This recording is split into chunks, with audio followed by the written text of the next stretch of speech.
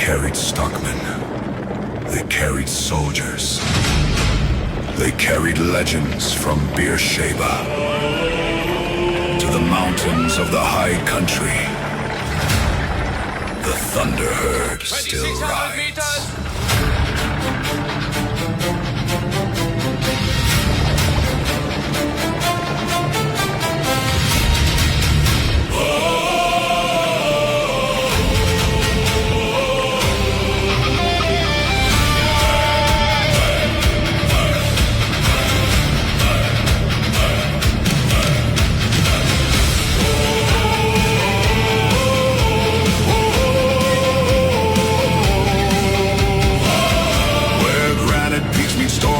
Skies and snow gums bow in winter light.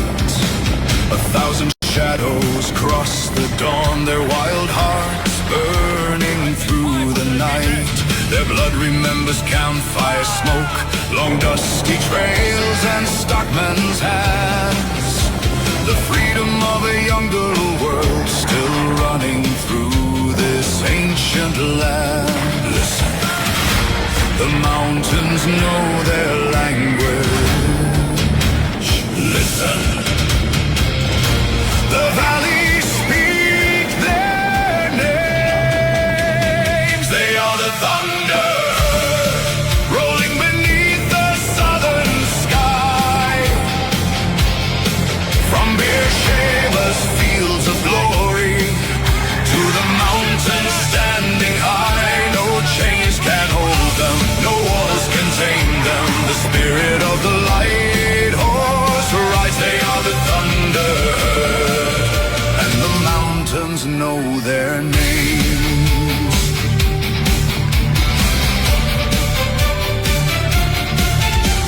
Across the burning Sinai sands, they carry fate in steady hands. Through dust and fire they thundered on toward Beersheba's fateful dawn.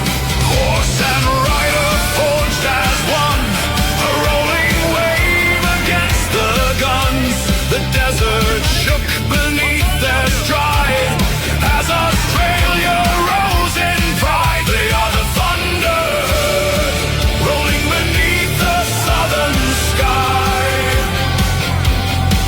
From Beersheba's fields of glory to the mountains standing high, no chains can hold them, no walls contain them. The spirit of the light horse ride. They are the thunder herd, and the mountains know their name.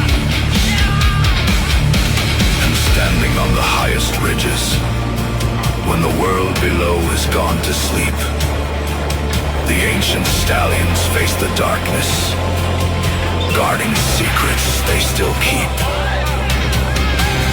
They remember every stockman, every drover, every mountain horseman, every charge, every rider who never came home, every horse who carried him there. Ride on. Ride on.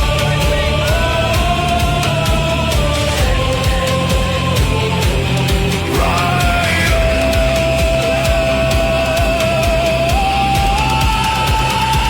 They are the thunder.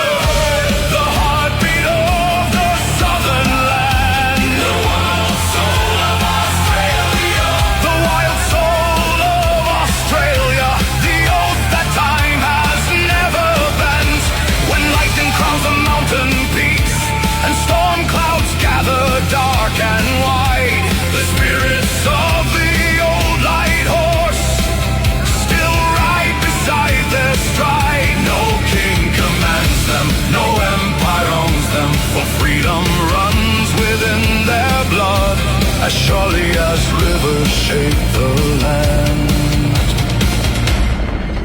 They are the thunder.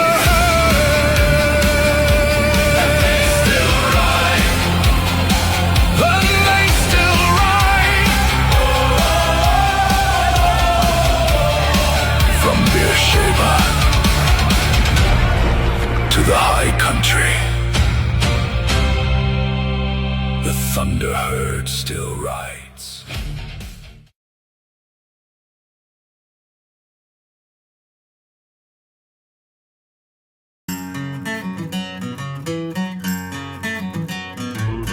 Good morning. Well, I'm back at Parliament House again today, and the Wimmera Mallee Environmental and Agricultural Protection Association will be heard from again today. We've had an awesome round of meetings yesterday. We've got another lot of meetings today. We were given a lot of time. We were amazingly appreciated for who we were and what we stood for. I'm still trying to get a meeting with Murray Watt and Chris Bowen. I'm hopeful we can. I've got another lead to try and make that happen. But what I did yesterday was I went into question time for a little while, and in question time I was very disappointed with the response of the government and Jim Chalmers. They've got homeless living in Australia. We cannot build houses for the life of us. High cost of living, pressures on Australian living standards, and all they're doing is they're playing brutal intergenerational politics. This is absolutely not right. We need a better Australia. We need a stronger Australia. We need cheaper, more efficient economy. And then I hear today they've announced $2 billion going to the aluminium smelter in Newcastle. Honestly, these guys should hang their head in shame at the destruction of our economy, the lack of competitiveness of our large-scale refining and processing industries. This is absolutely not fair. We absolutely need a different approach. We need to build an economy. We need to grow an economy. We need to become a better country in time. This is just got to change. We absolutely need to get rid of net zero. Net zero's got to go. The Federal National Party absolutely steely resolve. They're going to abolish net zero if they get to power. Absolutely awesome. At least then our industries can be competitive, our households can have cheaper energy prices, and Australian living standards can start to rise. Let's all work together. We need a better country, not a worse country. The other thing, the security and defence of Australia is a big issue. The rare earth mining, which Jim Chalmers has insisted on some investors divest, that's a significant issue for everyone. I'll continue that fight today, and particularly Avon Bank, which I think has got to be reviewed by a national security arrangement. We cannot allow it to be hijacked by foreign interests. These are Australian assets, have to benefit Australians. We've got to grow the economy as a result. We cannot pass off all the benefit to overseas interests and foreign multinationals. Thank you very much. It's Ross Johns here from the Wimmera Mallee Environmental and Agricultural Protection Association, and I'll show you the sign again. Wedge-tailed eagles aren't fan of wind farms. Outside Parliament House. And Murray Watt, take note.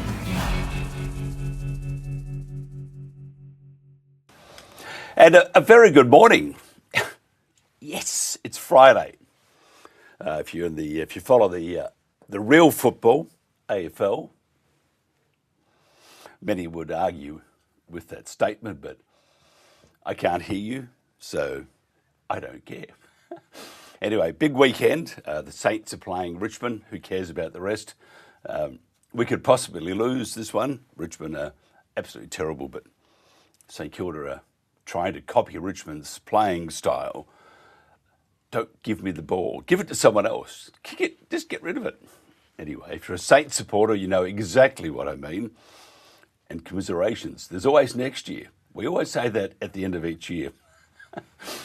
There's always next year. Anyway, sad news. Australian golfer Jessica Bang has died after suffering a brain hemorrhage while in Thailand to compete in a qualifying tournament with the WPGA Tour of Australasia. They confirmed that the 18-year-old passed away. Now, what about this? They say flying is much safer than driving. Well, you haven't seen my driving, by the way. Practice on a Massey Ferguson. But a Virgin Australia jet aborted takeoff at Sydney Airport after its crew spotted a Qantas aircraft crossing ahead, marking the third serious ground safety incident there in less than 3 weeks. So I suppose flying's okay, it's very safe. It's the taking off bit that's the problem, and we have to fix it. I mean, 3 times already. What they say, 3 times and you're out. Well, next time. So we've got to fix it. Leave it up to the federal government. They'll fix it. No, they won't fix it. And finally, now how about this? I think we all have the right to protest, but thousands of school and uni students are rallying in cities across Australia to protest against Pauline Hanson as One Nation surges in popularity. Now that wouldn't be because of the teachers egging them on. But what are students at school? I mean, uni students, part of being at university, well, used to be. Let's go and protest about what? Who cares? We'll protest anyway. So I do believe this time the students at secondary school or primary, who knows, should not be allowed to do that. And any teacher that encourages them to go out and protest, if you're at secondary school or primary, you need to be sacked. Simple, pretty straightforward. They don't need to be indoctrinated with your stupid ideology. Anyway, that's just my saying, my thoughts. Coming up soon, Stuart Andrews. We're going to talk about all things great, and I think this is the future of agriculture and the world. And behind me, we have a picture of Dookie, by the way. We're going to talk to someone from Dookie in this hour too, and also talk about a rally in Byron Bay, where all the trendies go. All that and more. And we have a panel too, just after 8, talking about the mental health problems that are associated for those who are up in arms against the culling of these beautiful creatures, the Brumbies. This is the Country Telegraph. Let's go around the country now, state by state, starting with Queensland. It's going to be a generally dry and a sunny day across much of the state, with just some morning frost patches throughout inland parts of the central areas and southern interior, where some locations may see minimum temperatures below 0. Otherwise, the risk of a light shower about the east coast and also about the peninsula. Daytime maximum temperatures near average for this time of year for Brisbane, a mostly sunny day and a top of 24 degrees. Down in New South Wales, it's also going to be a generally dry and sunny day across much of the state, with just a slight chance of a shower about that east coast, but as well out in that far southwest. Daytime temperatures are expected to be near 20 along coastal areas and also across the far north, grading to the mid-teens elsewhere as we head further inland. For Sydney, a sunny day and a top of 20 degrees, while for Canberra, morning frost, then a partly cloudy day with a top of 16. Moving on to Victoria, morning fog and frost patches are possible across northern parts of the state, and then just some very isolated showers generally on and south of the ranges. For Melbourne, a partly cloudy day with a shower or two developing from late morning and a top of 16 degrees. Moving on to Tasmania, just some isolated showers through western parts ahead of this cold front, which will bring a burst of those showery conditions that will gradually clear during the evening. For Hobart, we've got a partly cloudy day with some showers developing from mid-morning, then clearing during the evening, a top of 14. Moving on to South Australia, morning fog patches are possible throughout the west coast and the Eyre Peninsula, and some morning frost patches about the Flinders Ranges. There's also a risk of some very light showers through the southeast, which will mainly be about the windward slopes and coasts, but otherwise a generally dry and partly cloudy day elsewhere. For Adelaide, a partly cloudy day with a shower or two, most likely during the morning, a top of 17 degrees. Moving on to WA, we've got some showers or possible showers and even a risk of a thunderstorm developing throughout the day through the interior. And there's also a risk of a shower throughout the southeast or even some drizzle patches. In the southwest, however, dry and mostly sunny conditions. For Perth, morning fog and frost patches are possible, but then clearing to a sunny day with a top of 22. Moving on to the Territory, it's a generally dry and sunny day across much of the state, with just the risk of a shower developing later about the very far southwest. Morning fog patches are possible about the west coast of the top end, and we do have a dry southeasterly surge that will push its way up into the top end throughout the day. For Darwin, a sunny day with a maximum of 34 degrees.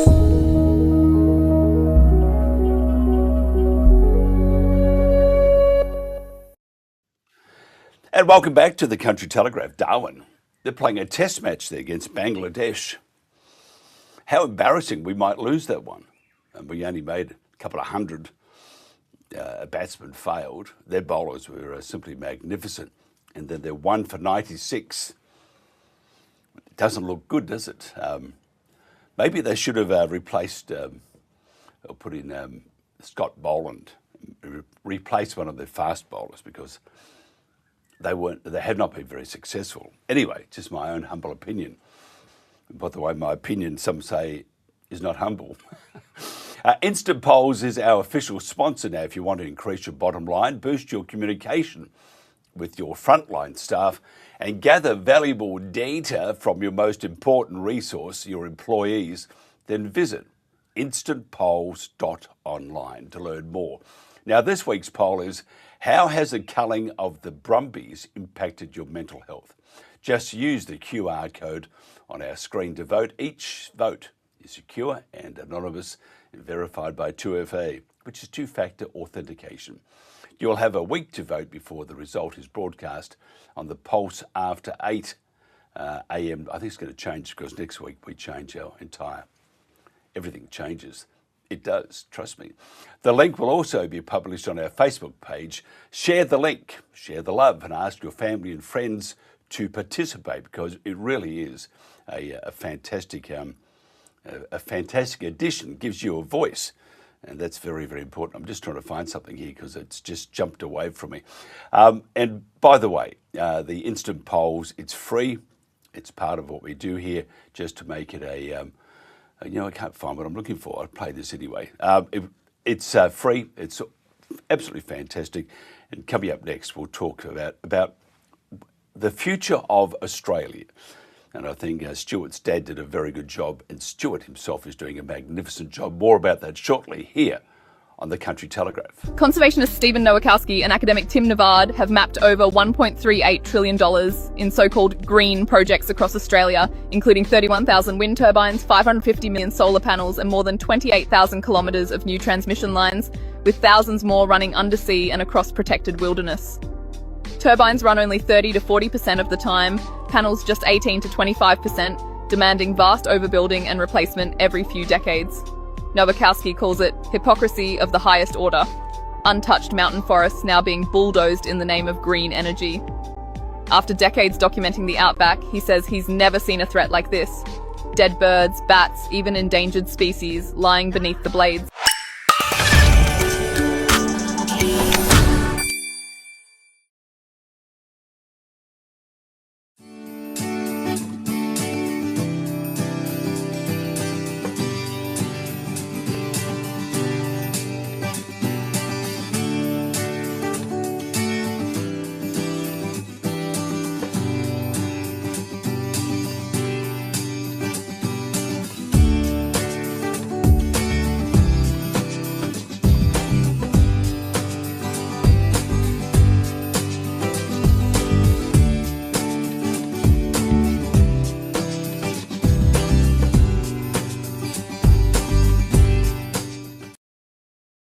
Management was deciding in the dark. We lacked a method to hear from people across the organisation. We started using Instant Polls under our brand. Their expert design templates made it effortless to ask the right questions of the people who matter most, our frontline teams. We've seen improved profits and happier staff, and we now make better company decisions, thanks to Instant Polls. Join us. Try your first free poll at instantpolls.online. Hey, welcome back to the Country Telegraph. Before we speak to Stuart Andrews, I want to play this. It's a short video, and it sort of explains what we're going to talk about. Then I'm going to throw a few curly ones in, because I think, again, I keep saying that this is the future of Australia and the future of the world. And as water and stuff becomes so important to us, so does what Stuart Andrews has to say. Have a look at this. Come back in about 5 minutes. This is the Country Telegraph. Tarwyn Park training allows you to understand how this landscape functioned long before any human interference. So we spend our time teaching people how to read the landscape, understand the functions that used to exist, and then implementing soft works that enable that function to operate again, whilst we overlay it with our production systems, whatever they may be. And for everybody that might be different, maybe cropping, maybe grazing, maybe horticulture, all sorts of different things. It's more about getting the landscape to function so that these production systems work very well. The biggest benefit of Tarwyn Park training is getting people out in their landscape, looking at where that they can improve things, where they can look at slowing flows of water because it's so desperately needed everywhere. Tarwyn Park training teaches you the 5 pillars of natural sequence farming so that you can use them to restore your landscape. They are slow the flow, let all plants grow, careful where the animals go, filtration is a must know, and return it to the top to recycle the lot. Each of the 5 pillars of natural sequence farming have a practical application out in the landscape, and in our Tarwyn Park training we teach people how to put that into practice on their landscape. Slowing the flow in action could include practical applications such as contours and hill ponds and gully ponds, which all act to slow the flow of water and fertility moving across the landscape and promote it being stored under the surface where plants can access it more readily and it's not being lost to our rivers and creeks and eventually to the ocean or evaporation from the sun. When I'm building a contour, I use an excavator, and using an excavator I'm able to sculpt the bank to the height that I want it to be, as well as making sure that it's the right level and make sure the spillways are put in the correct location for it to function the best way properly. Let all plants grow means that we want to focus on diversity, and as much diversity as possible, as all plants growing, no matter what they are, fill 5 key roles for our landscape, and they include solar powered air conditioners, moisture magnets, processing factories, soil builders and pumps. One of my favourite things to see is when I go out in the paddock, I'm able to see the change that happens, the new plants that come in, as well as trying to figure out why they're there and what the job is they're trying to do. Pillar number 3 for Tarwyn Park training is careful where the animals go. And behind that is about understanding that we need to manage our animals in a way that suits both them for a production focus for our farm, but also an ecological focus and ensuring that they are looking after the landscape and not causing it any undue issues. When I'm being careful where the animals go, I'm making sure that whatever stock it is in the correct paddock for the right amount of time, make sure they're not affecting the land in a negative way. As well as that, I want to make sure the animals are always happy and they have the best place to be, and happy animals make me happy. Pillar number 4 is filtration is a must know. Filtration is an extremely important process of our landscape. The aim with filtration is to make sure that when your water is moving through the landscape, that it's clean and that everything that's flowing through it is being absorbed by the plants, all the minerals and different things like that. And the aim is that when you see that water flowing across your property, it's usually better to drink it because it's perfectly clean. Pillar number 5 is return to the top to recycle the lot. The big thing is about collecting fertility that's moved down, taking it back up to the top and putting it there to break down and then feed it all back down. So rather than letting everything be lost, we're actually letting it recycle over and over again, which is how nature always operated, and we're just getting that started all over again. Return to the top to recycle a lot is cutting and carting hay from the bottom to the top, animals grazing and then pooping again back at the top of the system, and pumping water that's been moved down to the bottom through the system back to the top to be recycled again. I think it's really important that we work on our Australian landscapes. As a mum with children, it gives me great hope that there is a great future and things can be moving forward and getting better right across the country. You can get going with natural sequence farming by going onto the Tarwyn Park training website. You can sign up to a 4-day course. We also have our upcoming online courses, and there will be a community for people to join that have done one of those trainings. So you can learn with other like-minded people.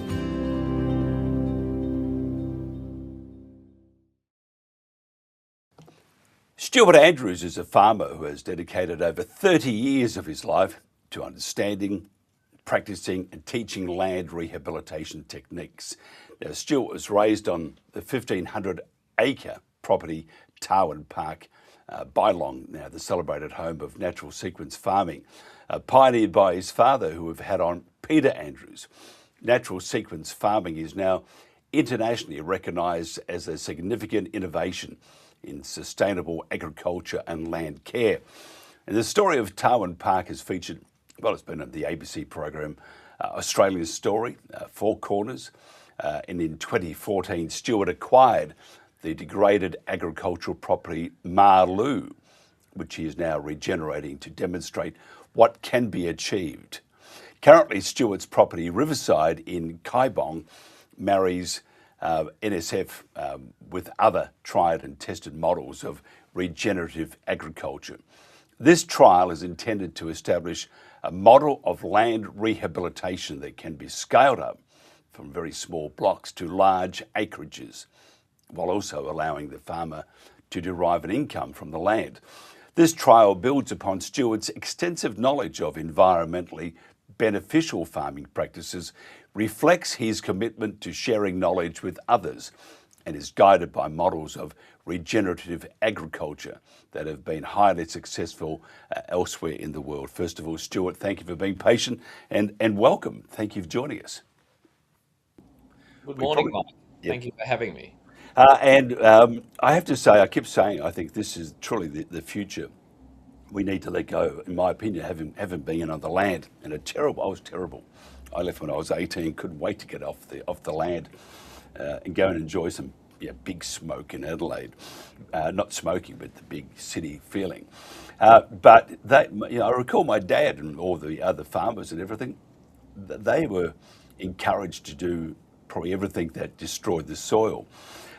And water-wise, we had the channels in the back that we pump out, with the sprinklers and a whole lot. And then when there was a drought, there was all these, you can't do that, you can't do that. You had to flush once a day, which is terrible if you were the last one. All that sort of stuff, which happens on the land. And that's why I think what you're doing and what your dad has initiated is absolutely stunning. It's fantastic. What's your definition of natural sequence farming and the key elements of it? I guess the simplest way to put it is the understanding of the hydrological function of landscapes prior to human interference. And in our training, we refer to that in our 5 pillars, which you've just seen on that on the little video before. And that's slow the flow, let all plants grow, be careful where the animals go, filtration's a must know, return to the top to recycle the lot. Now that's pretty much it in simplicity. And so if you can replicate those things in any way, it doesn't necessarily have to be exactly the way we would teach people, then you are restoring the function of that landscape. Unfortunately, our farming practices in the past have more been around drainage or draining our landscapes, because the landscape that was here 230 years ago and prior to that even was quite a wet landscape, surprisingly enough. And so there were areas that were wet, which, the thinking at the time was that if we drain those areas, then we can make them more productive, which is true. You do for a short period of time. Unfortunately, once you drain it, you can't undo it. It continually drains and gets worse. So then every time it rains, all you do is drain all of the water and the fertility off of the landscape. We're talking about a landscape that actually held the water in the soil. It had multiple amounts of plants to help build that soil structure up, so that when it rained, it was capable of taking it in. I mean, I'm here at Casino at the moment running a 2-day course for the guys around this area. And I was just explaining to them yesterday, the floodplain system we were looking at, it's a large enough floodplain system, we were only looking one small part of it. The capacity for that to hold water in it is massive. And we talk about all of these areas where you see flooding, and there's been copious times of flooding around Lismore, which has massive impacts on the community of Lismore. And this can all be resolved by repairing our landscapes that feed those areas.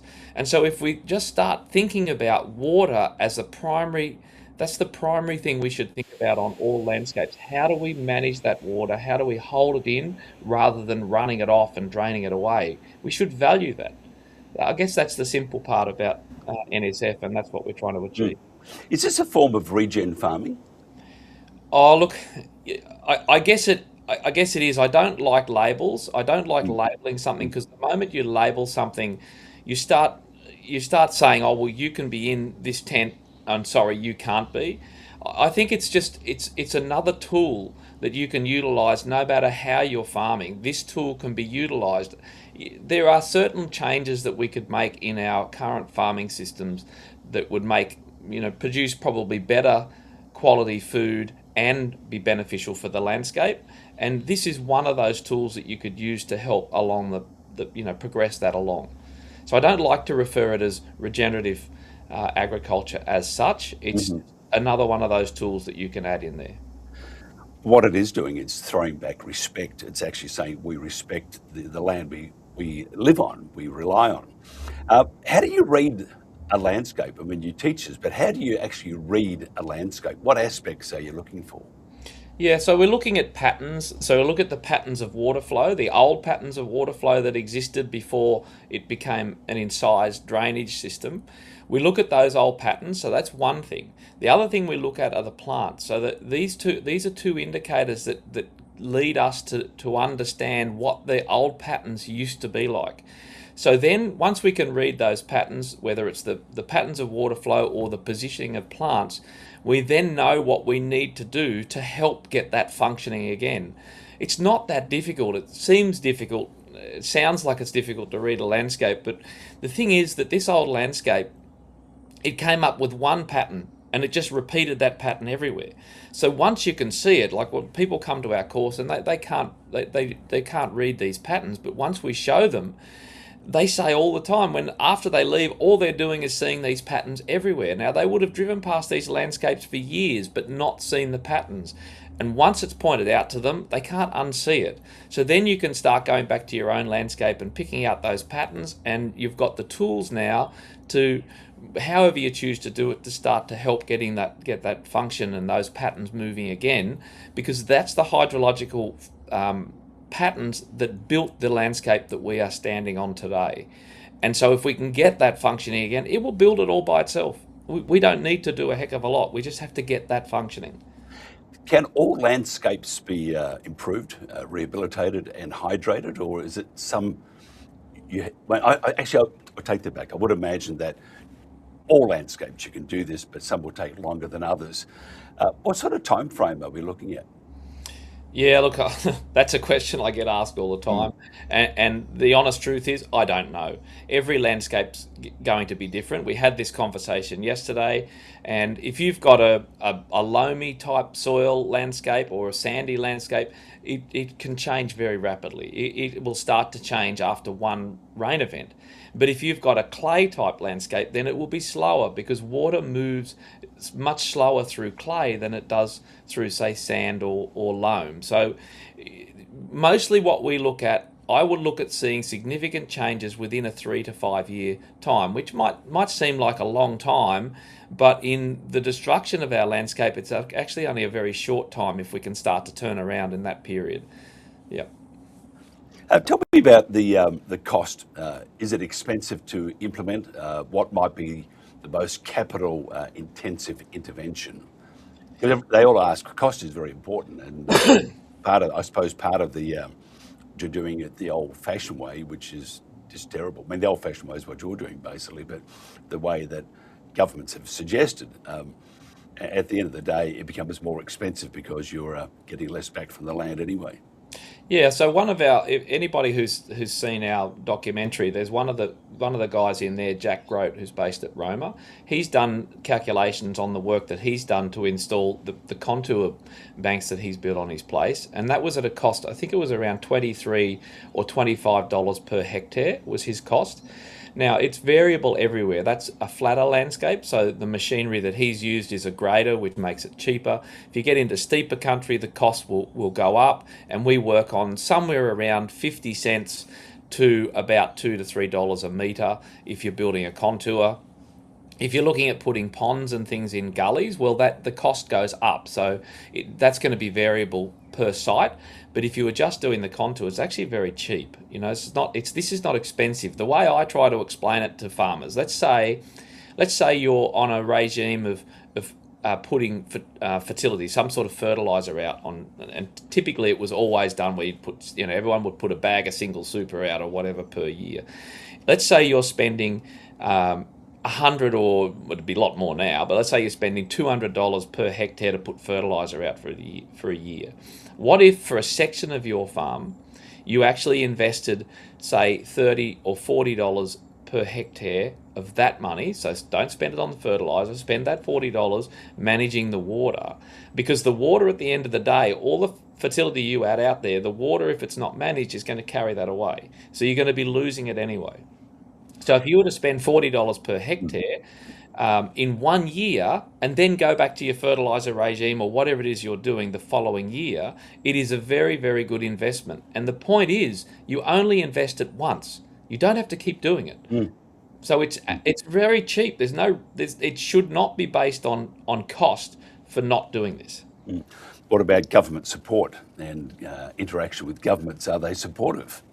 And I probably have an idea of the answer, but I'll let you do that bit. Look, if I look at patterns of government, and I spend my time looking at patterns, whether it's patterns of people, patterns of government, or patterns of landscape, governments seem to follow everything that's unsuccessful. So they invest large amounts of money in something that actually gives very little return. So unfortunately, what we're doing gives a massive return. So they're probably not that interested in it for that reason. It doesn't make any sense to me why government. I mean, we had the Prime Minister of Australia stand looking at a site that PA, Peter Andrews, my dad, had done and said this should be rolled out everywhere. Well, why isn't? That was, I don't know, 5 or 6 years ago. Why hasn't it happened? Yeah, it's really interesting. And then we have the role of animals in landscape restoration. We're on the bandwagon because they're trying to kill all the Brumbies, which are magnificent for the national parks, not the opposite. What's your thoughts on the role of animals in landscape restoration? Look, they're critical.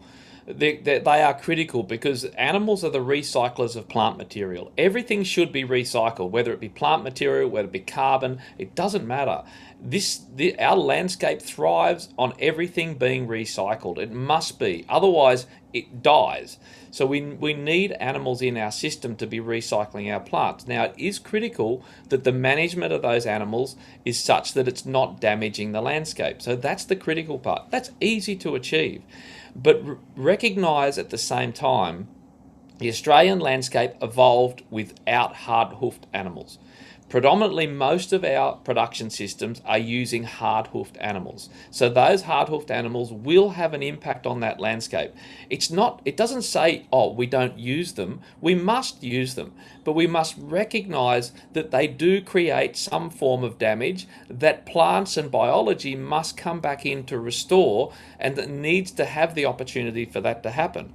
But it's critical. We've got to have these animals in the system. Interesting also, if you go back 40,000 years, which I was just a kid then, we had those hard-hoofed animals. We had very large animals, giant wombats and stuff. And it would have been interesting if you could hop into the TARDIS from Doctor Who and pop back 40,000 years ago. What do you think? Actually, here's a question for you, not rehearsed or anything. What do you think the country would have looked like 40,000 years ago before the hard-hoofed or the giant animals vanished? Well, that's the point, isn't it? I mean, see, when you look back at your landscape and you want to understand what was it like. Well, the fact that you have a landscape that can support a 2-ton wombat, an 800-kilo kangaroo, if you've got a landscape that can support that, that surely says to you this must have been an abundant landscape. So we know straight away that to be able to support those size animals, it must have been vibrant. Where did that landscape go? How big was that kangaroo? I mean, I have a newfound respect for Skippy. Yeah, 800 kilos or thereabouts. Yeah. I have my good pair of running shoes. Actually, it'd catch me anyway. Oops, there I go. But they don't eat people, do they? No. They were plant eaters, yeah. Stuart, if somebody wants to find out more about what you do and how they can get in contact, as I said before, admire your dad enormously. And I've seen some videos of you giving speeches. He taught you well, and good on him too. And would love to pop out one day, have a chat to you on land and do this a bit more in depth, because this is far too short for what you're doing for the country. How do they find out more about what you do, and if they want to be part of this, part of what they should be doing? Yes, yeah, sure. So go on, look up Tarwyn Park Training, so www.tarwynparktraining.com.au. You can look us up on there. If you're interested in looking at what we do, look at our documentary Rehydrate Australia, which we released earlier this year. It's on YouTube, it's free. I think it's already had like 130 or 140,000 views. So that's, it's obviously has... there's interest out there in those that actually have some form of get up, which is important. And I'm not interested in government being supportive of this. That doesn't matter. This needs to be built from the ground up. The average person, doesn't have to be farmers. This should be driven by the average person, because the average person, as far as I know, eat food. And food comes from production on the land. So they should be interested in this stuff. All of this rubbish where they're destroying land to put up wind turbines and solar farms and all this stuff, it is just ludicrous that that's allowed to happen. And so we're going to be losing more and more land, and at the same time as land's losing its productivity. So anyway, for those people, the average person should be interested in this, because it's your future that's at stake. And to see that the federal government, Labor, have planned that by 2030 they're going to own 30% of the land mass in this country, and that's probably the seaboards, eastern seaboard and stuff. And look at Tasmania; they sold that huge property, three dairy farms on it, cattle, and they sold it to an English mob who are going to put pine and turbines, and they won the tender because the federal government stumped them up to about $70 million. So that's in itself, this shows you where we're heading. And I do agree.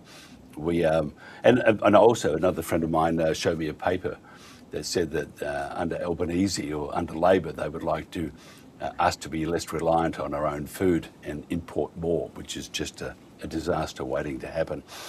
Stuart Andrews, thank you so much for your time. I really appreciate it. And I would love to be able to pop out one day and do an entire show from your property and pick your brains. More than welcome, anytime, Mike. And make my dad, he's gone now, but make my dad proud of me. See, you could have been a farmer, son. Maybe not. Stuart, thank you so much. This is the Country Telegraph. The Tallises are relatively new to the district, early 50s, and have been farming here ever since.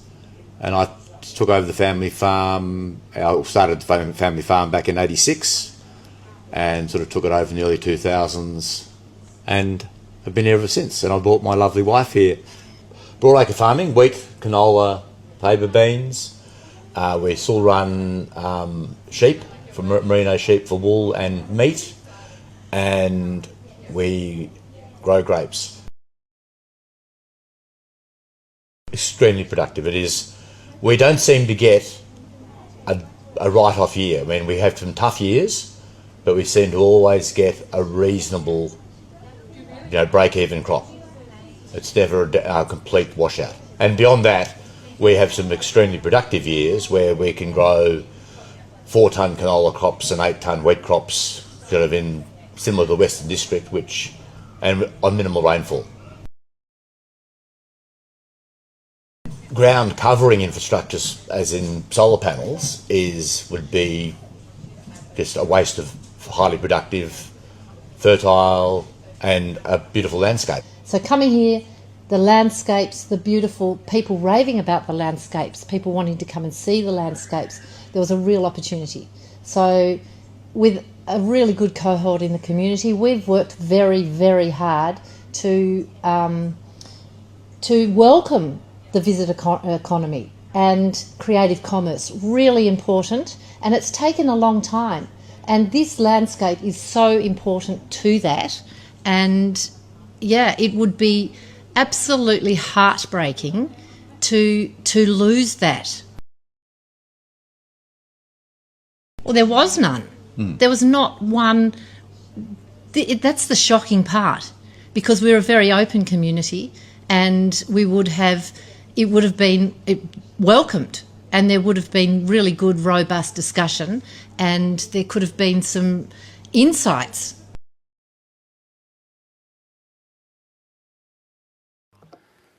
And welcome back to the Country Telegraph. Behind me is Dookie, which is on the Facebook page, but I thought I'd use it because I think it's very important. And Dookie is not far from Shepparton, and my wife was born there, in Maroubna actually, and the fruit salad capital of the world, maybe not. And I worked at 3SA in Shepparton there, so that's how I met my wife there. But magnificent part of the world.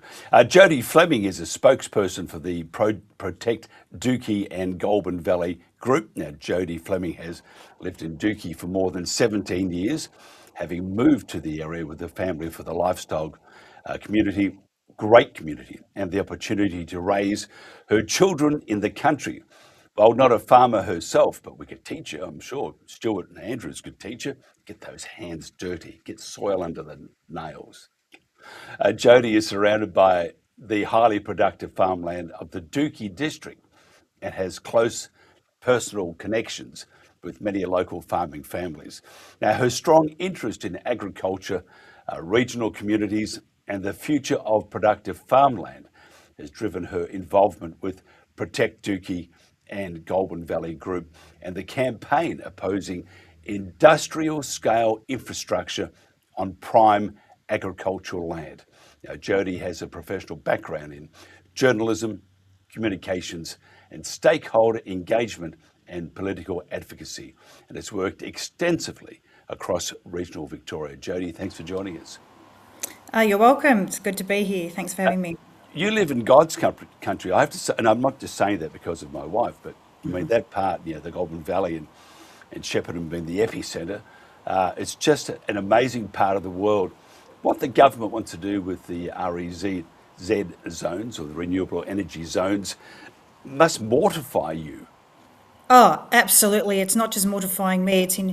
It's absolutely mortifying not just all of Dookie, but a lot of people in that central north renewable energy zone, or the REZ as we call it, and that is what VicGrid refers to it as. They're devastated. They can't believe that such a ridiculous decision has been made. Well, they're trying to make it, to put solar panels, huge industrial infrastructure and big batteries across the most productive agricultural land, not just in Victoria, but parts of Australia. It is outrageous to us. This is just not well thought out, and, I don't know what they think they're going to eat going forward. Well, they're not that concerned, are they? And No. And you have to wonder, I mean, this does not make any sense. There's no common sense involved.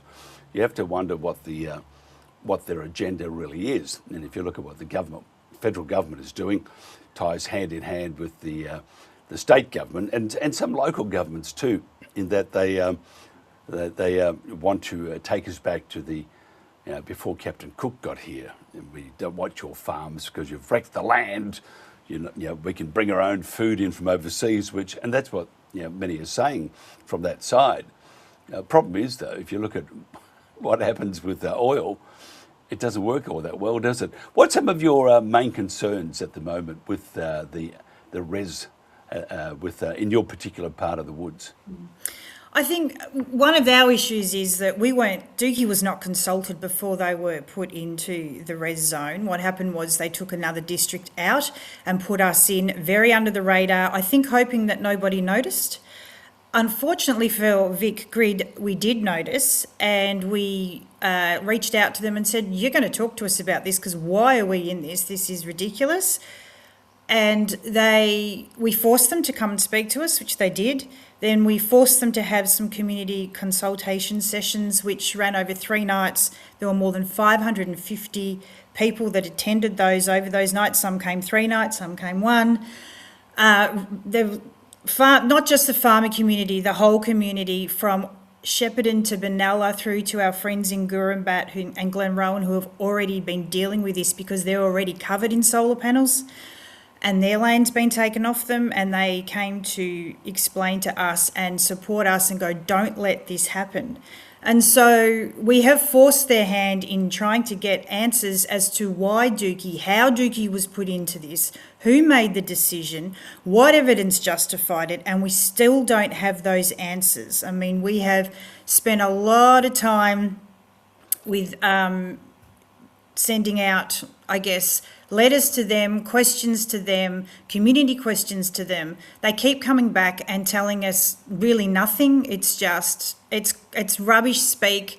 It doesn't answer the questions at all, and just keeps saying, oh, well, we'll worry about that in the next reiteration. What, after they've already declared us as that we will be a zone? At the moment, it's only proposed.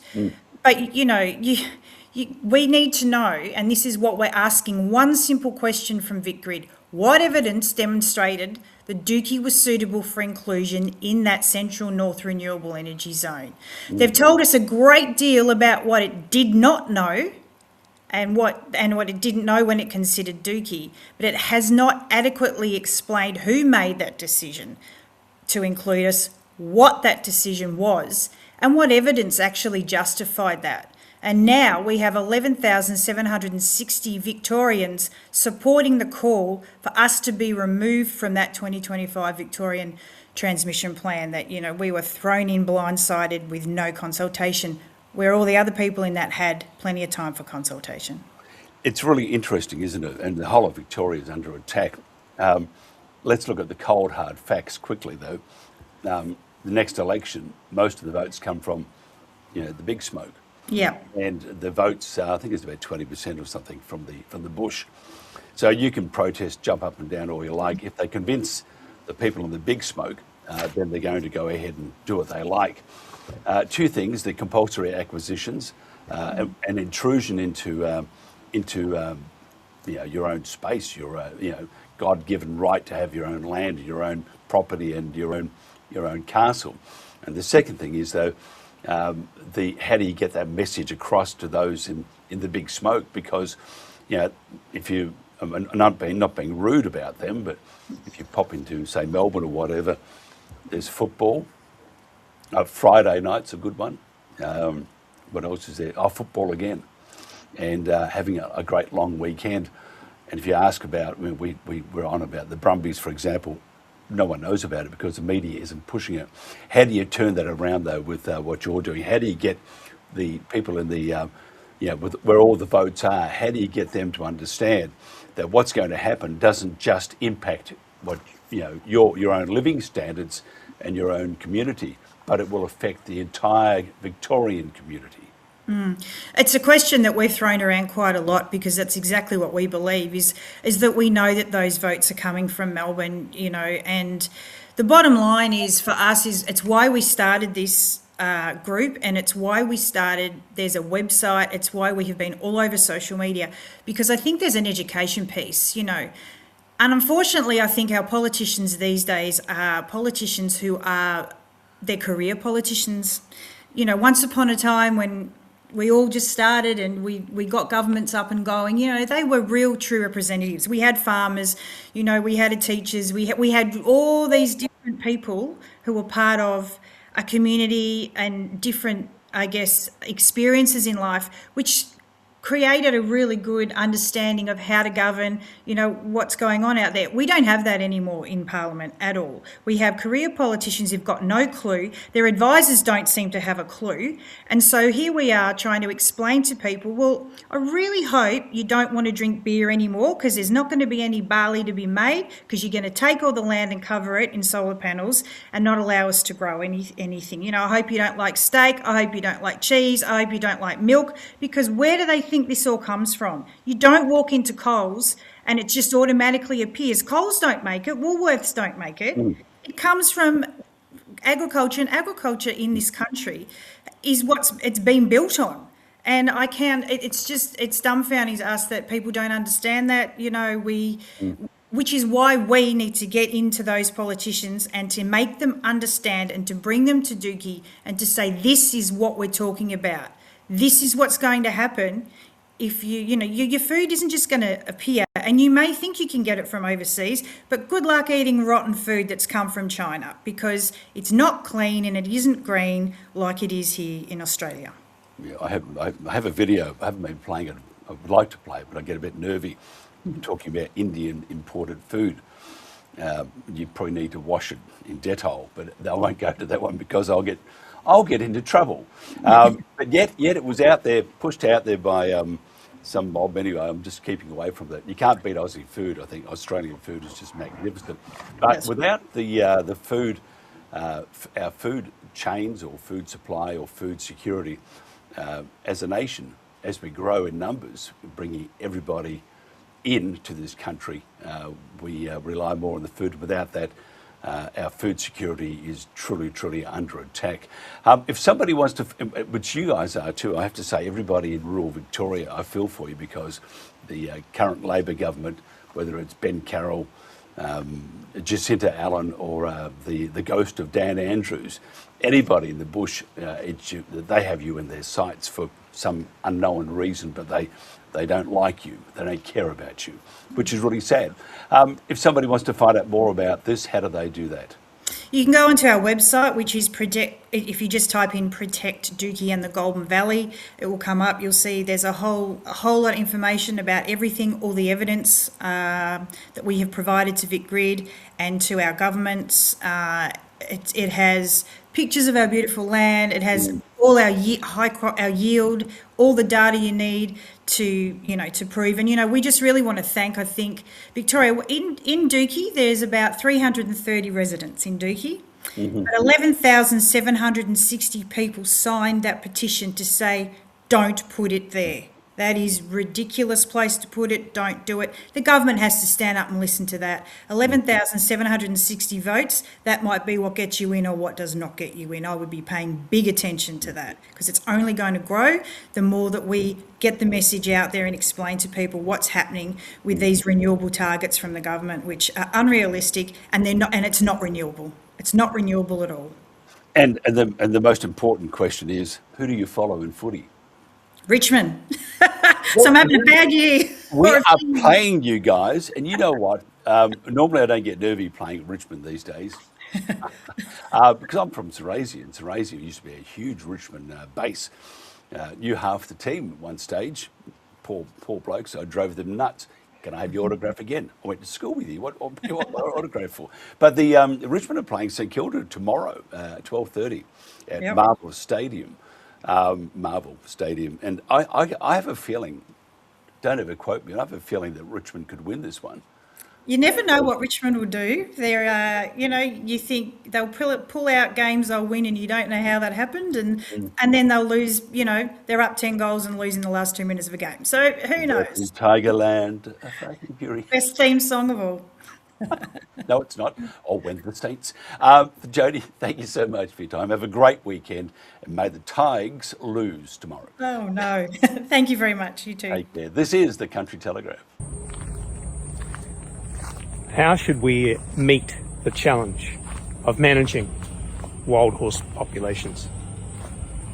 Hello, I'm Wayne Linklater, and Professor of Environmental Studies and author of the new book, Wild Horses of the Last Land. Learning about ourselves and nature from the Kaimanawa wild horses. Frankly, how we currently manage populations of wild horses is counterproductive.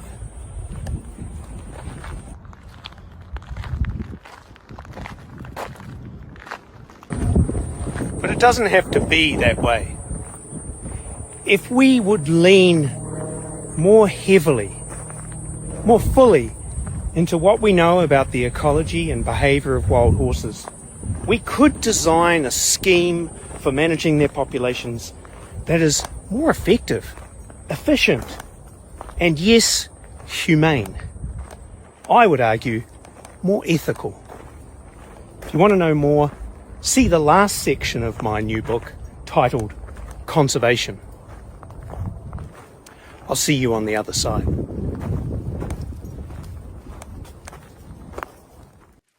And Wayne is an absolutely magnificent person, even though he's from New Zealand and lives in the States. at some university, I think in Sacramento in California. But magnificent. We'll have him on many times. What they're doing to the horses is truly, it's abysmal. It's not how Australians should act, and we'll keep this thing going until they stop. Acacia is a local Northern Rivers resident and a passionate advocate for Australia's Brumbies. She's been working with the community to raise awareness about the plight of our Brumbies and has organised the upcoming Northern Rivers Brumby Rally in Byron Bay this Sunday, where all the trendies hang out on which is 16th of August. Acacia joins us to talk about the rally. And if you're nearby, you must go along to it. Acacia, thank you for joining us. And all the trendies will be there. Hey, bruh. I don't think they'll be there. I highly doubt they'll be there, but really? I mean, maybe. That's part of the trendy hangout. That's where they all go. The Akubra, we've got an Akubra store now in Byron. They will come along all dressed in their cowboy outfits, Fantastic. but yet they don't own horses. Tell me about just your thoughts on the cull, or the culls, which is happening all across New South Wales and in Victoria. I mean, in the Bogong High Plains, they have no horses, gone. And that's what they want to do to all the horses in New South Wales in the national and state parks. How do we stop it? I think it's just public awareness. I mean, the government seems honestly hell-bent on eradicating our beautiful horses. So we need to raise public awareness, and I think that's why I'm organising this rally, because it's not going to stop otherwise. But we do have a massive momentum, I feel, right now, and maybe a chance to change something in legislation, and this is all we can hope for right now. Yeah, it's absolutely appalling. In fact, there's a cull starting very shortly, not far from you, between, I think, Yamba and Coffs Harbour. And they do have this propensity just to kill, which is just appalling. And that's why I think the rallies, and they're still happening, which is great. And it's showing the politicians who I believe are starting to raise the eyebrows, which is way too late. But they're at least starting to raise the eyebrows. Tell me about your rally, what we can expect there. And I have to say, it's in one of the great parts of Australia, but it is where all the trendies go.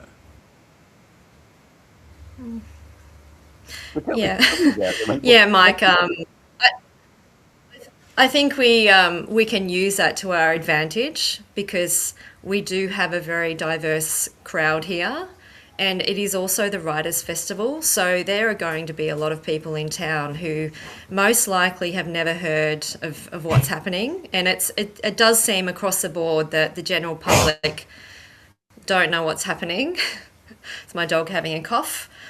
So we do have a fantastic opportunity to reach a lot of people that wouldn't normally be aware of it. So we've got some amazing speakers coming. We've got Carmen Jackson, we've got Sybil Foxcroft, Jennifer from Save a Horse Australia, and the Animal Justice Party also speaking. So, and also we hope to have a gentleman named Michael Franklin from Franklin Horses. Michael, the Franklin family are one of the oldest families in the region, so they've been there since the 1800s. Michael's been very passionate in advocating to stop the culls. So Michael will be setting up he doesn't want to call it a protest camp, it will be a concerned citizens camp down at Urrugi National Park, which is near Grafton. So Michael will be speaking personally about what he intends to do, and to hopefully rally people to go down there and be boots on the ground. So it's very exciting to have Michael here. I know he's like me and doesn't like to speak publicly, but he's going to do it for a good cause. I have to say you're doing a magnificent job, and I appreciate your time too. If somebody wants to find out more about this rally, and I think they are all so important. We were in Tumbarumba, I think it was last weekend or weekend before. It just goes by so fast. But Tumbarumba itself, a small town, big turnout, along with all the other places around Australia. They're continuing these rallies. If they want to find out more about the Byron Bay rally to protect and save these beautiful creatures. And as Australians, we should be ashamed of what's happening. How do they find out more about this rally? Yeah, so I've started a Facebook group, Save Our Brumby's Northern Rivers. Join the group, be connected to like-minded people. We've been discussing it. We'll be discussing what's happening down at Urigi National Park as well. So I created that group just a couple of weeks ago after our Ballina rally, just because we needed to be connected. We wanted to be connected. We didn't want to just disappear. So I think that's a fantastic way for people to connect with our community. Absolutely brilliant. And you will go to heaven too. I'm not. But just give me a wave as you pass. As long as I'm with the horses. Yeah, they'll be there. You will, Mike. You're doing great work. No, I won't. I've been told I won't. Someone said go to hell.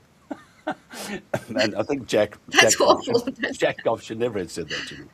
Anyway, thank you Mr. so Off. much for your time. No, that's right. What a terrible name, and it's understanding that Australians run words together. Jack Off. Anyway, His parents didn't like him, clearly, but it was lovely chatting with you. Good luck. Thank you so much. On Sunday. Take care. This is the Country Telegraph. Thank you.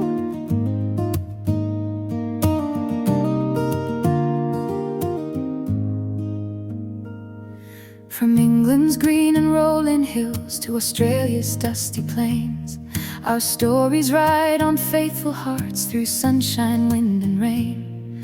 The Brumbies run where legends live, where freedom still belongs. Across the seas our voices rise, together we are strong. We're Brumby strong, we're riding on from Britain to Australia's dawn. With every hoof upon the land we'll stand together hand in hand. For every colt and every mare we'll lift them up with love and care. Queen Camilla, hear our song, help keep the Brumbies running strong. There's a Palomino Madigai, proud and free, golden in the morning light, a living piece of history, still fighting for the right to roam the mountains, cross the streams, beneath the southern sky. Don't let these noble spirits fade, don't let their story die. We're Brumby strong, we're riding on from Britain to Australia's dawn. With every hoof upon the land we'll stand together hand in hand. For every colt and every mare we'll lift them up with love and care. Queen Camilla, hear our song, help keep the Brumbies running strong. No border keeps compassion still, no ocean stops a prayer. When people stand for something right, there's always hope to share. The heritage we save today will live for years to come. So let the Brumbies lead the way beneath Australia's sun. We're Brumby strong, we're riding on. Across the world our hearts are one. From London's light to mountain skies, we'll never let their spirit die. For every child who dreams they'll see the wild horse running proud and free. Queen Camilla, hear our plea, help save Australia's heritage. We're Brumby strong, forever free.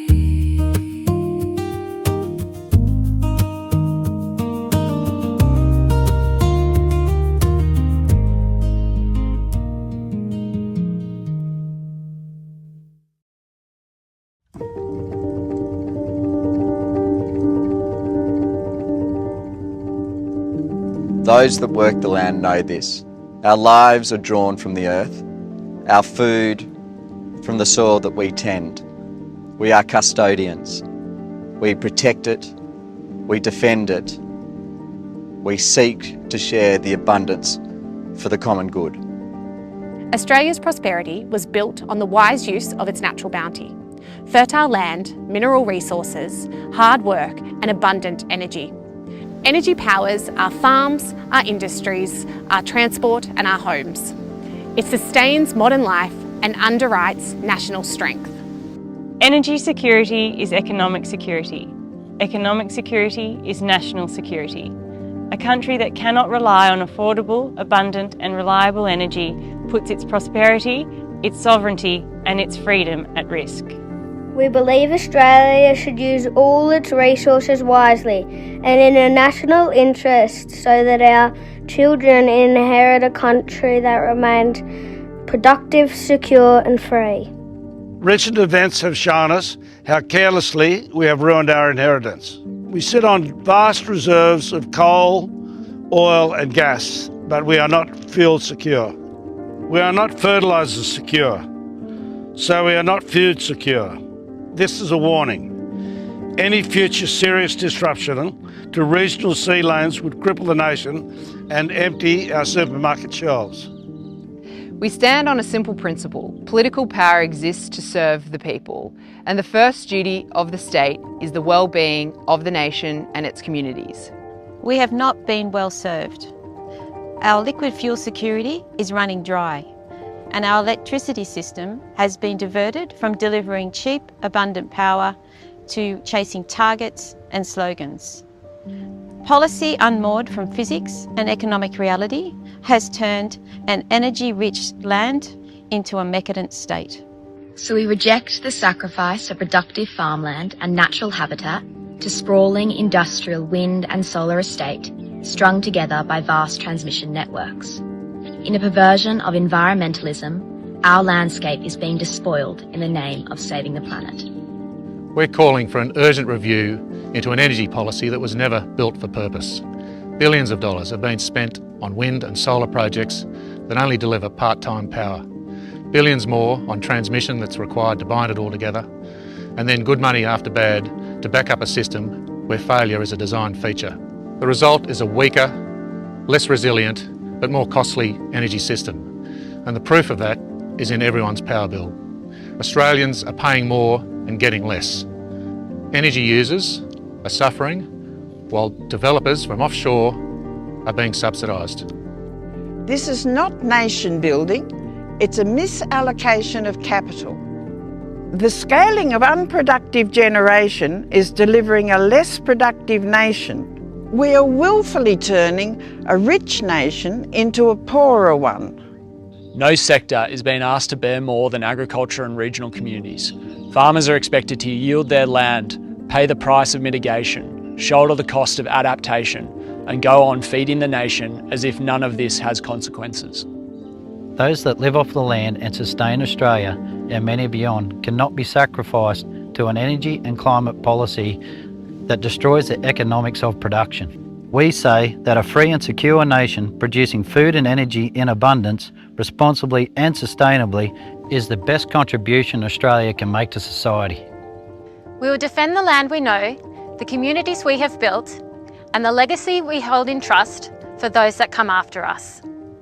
To keep Australia prosperous, sovereign, and free is our duty, and in an uncertain world, our best defence.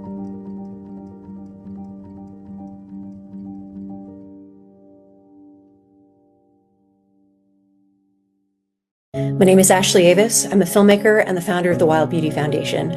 We've just returned home to Los Angeles from Australia after several weeks abroad, documenting the events surrounding the culling of the Brumbies, the shooting of wild horses by air and on the ground. We've chosen to release the following footage so that it can be helpful for education, for awareness, and for any existing litigation that is occurring in the courts. Please be aware that what you are about to see is very difficult to even comprehend. As of now, as of today, we have 90 days to stop the next cull in November. Please raise your voice, and thank you for being Brumby Strong. Oh my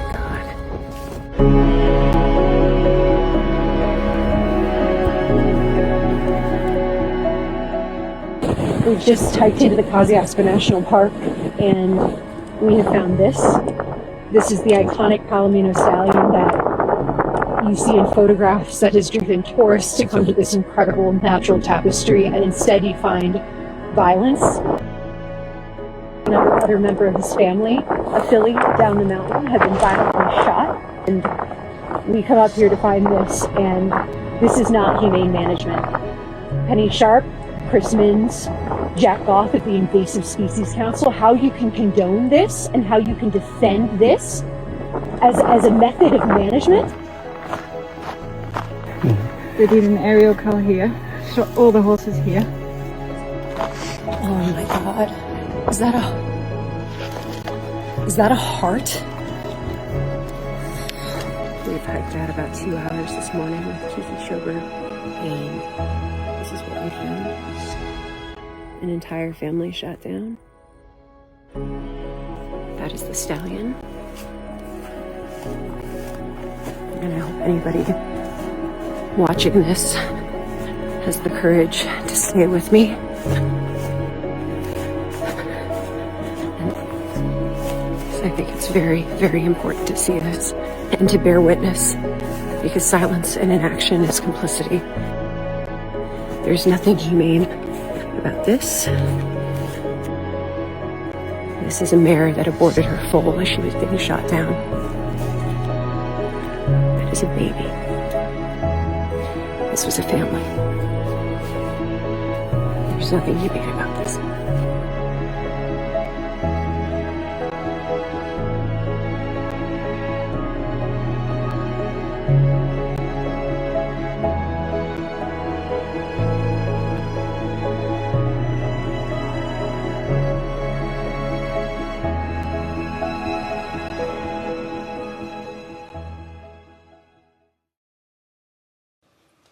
And welcome back to the Country Telegraph, our final hour as the Country Telegraph. Next week we become the Pulse and expanded programming. There will be many more and not too far down the track, 24 hours a day, 7 days a week, which I can't wait for.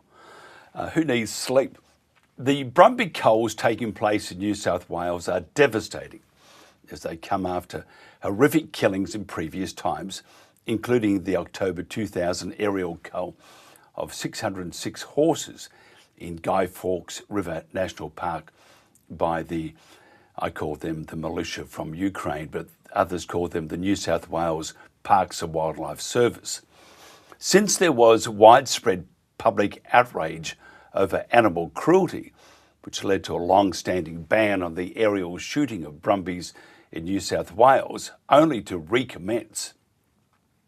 Incredible, isn't it? It's worth mentioning that there is no single total for how many individual Brumby culls have taken place across Australia in the last 10 years. Culling is not done as single isolated events. Rather, state and regional park authorities conduct ongoing multi-phase population control programs. It sounds like something out of an Orwell movie, you know. How dystopian is that? And they're using aerial shooting, ground shooting, by the way, silencers on the guns, which is any other country you'd be locked up immediately, and also trapping, which is terrible. Then they send them off. So in several states, there are separate continuous eradication, a horrible word to use for a beautiful animal or life, and management programs in specific reserves, because control work happens across multiple jurisdictions, agencies and separate operations throughout the year, rather than as a uniform national tally. A total count of individual cull events is not published.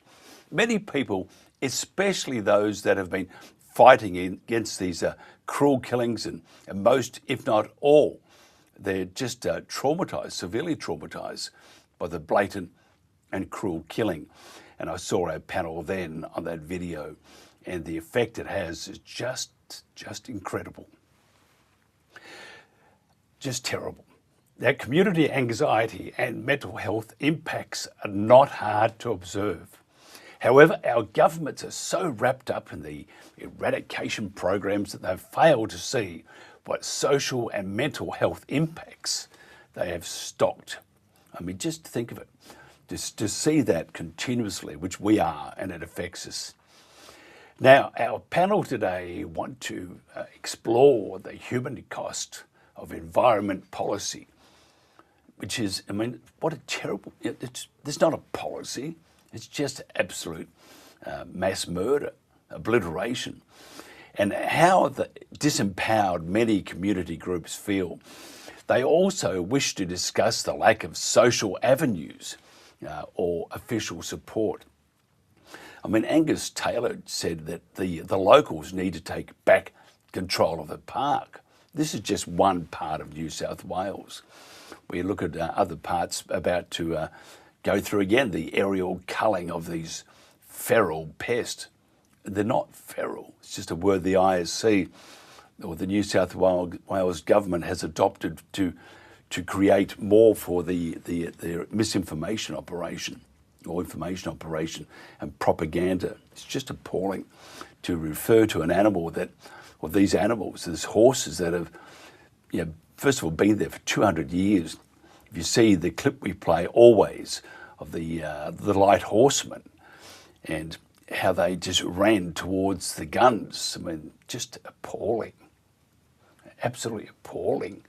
Our guest today, they're just fantastic. Amanda Martin, a Brumby advocate, Dr. Julian Gardner, also a horse advocate, and Danielle Davey, who's a founder of Wisdom of the Brumby. That's a nature-based equine practice in North Brisbane. First of all, I've got to welcome you all here. Thank you so much for joining me. Good morning, Mike. Thank you, Mike. Good morning. First of all, and Daddy, thank you for joining us again. Traumatic as it was last time, let me tell you, it was very traumatic.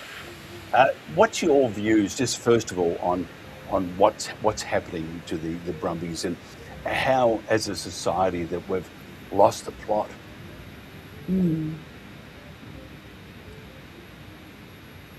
Well, I mean, the psychological distress of what's happening, I think there's a moral confusion around, I think, knowing that, we think about helicopters with guns and, the killing, which inevitably means death. For me, I can't separate the two. I can't separate this as management, and then you think of weapons. It feels like a war. The government is at war with the Brumbies, and I just can't wrap my head around that. And that's really distressing. And I wonder what it's like for the locals hearing helicopters and the guns going off. And the ripple effect that has on Brumby advocates. I know for myself, when I hear a helicopter flying above my paddock, I instantly think of the Brumbies. It's a constant reminder. It's really distressing. Amanda, tell me your thoughts, just before we get into the mental angst that is being experienced by many. What's your thoughts on how, as a society, we seem to have lost our way, and just to allow this to happen, it puts us in a really, really bad position, doesn't it, for the future? Thanks, Mark. Yes, hearing you say policy is usually something that is formed by including the community. It's something that everybody should be involved in, and this simply hasn't happened. And just hearing Danny talk about the helicopters, it's the same for me. I actually live close by to the Caloundra airport, and we often, of an evening or on the weekend, have a lot of training. Helicopter pilots are training, and I find it extremely distressing, even though I haven't been present down in Kosciuszko. I just find it, I was really surprised at the effect that it had on me. And for anybody, I just can't possibly imagine how difficult that would be who have been exposed to those things. But getting back to people and communities, I think there's a strong feeling of disempowerment and a sense of hopelessness, and this leads to moral injury, including profound distress and guilt and grief and depression, particularly with people who recognise horses as sentient bonded creatures. It was very interesting at our rally in Brisbane, talking to parents about why they had brought their children along. And for a lot of people, they feel that it is important for children to see others standing up for a cause and injustice in a respectful way. There were children there that owned their own horses, and they were finding it particularly, the campaign particularly distressing. And being there with others and advocating for the Brumbies was the way that they could positively channel their distress at what was happening. I think these days children have increased exposure to what's happening in the world, for better or for worse, through social media. And a lot of parents feel that it's better to be transparent and to talk things through with children while they're processing what's happening, so they can respond positively and build resilience. My other life was actually in early childhood, so I found this, a really positive thing, that parents weren't trying to shield their children, and at the same time, though, doing it in a very respectful, careful way and not having too much exposure to what's happening. I thought it was a very positive move. And Dr. Julian Gardner, can you tell me your thoughts on how, I think we've lost our way. I truly do. I think this country should not care about these, and then there's a great number that do, but the majority don't know about it or don't care. And I just find it appalling that these beautiful animals are being slaughtered, and nothing really is happening. I think we've lost our way. What do you think? Yes, Mike, I agree.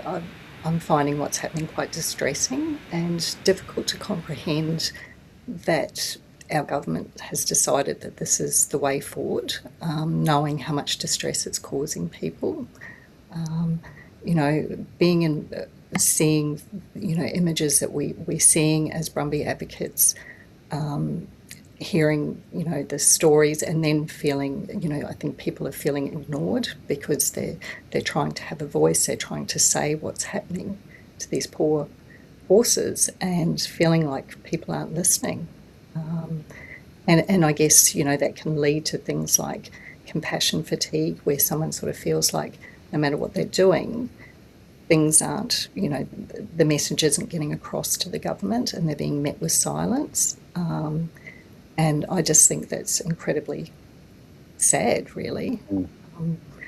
We're brought up, I guess, to look after animals, to protect animals. And here we are, having to stand back and watch these beautiful horses being killed. And that has a significant impact on people.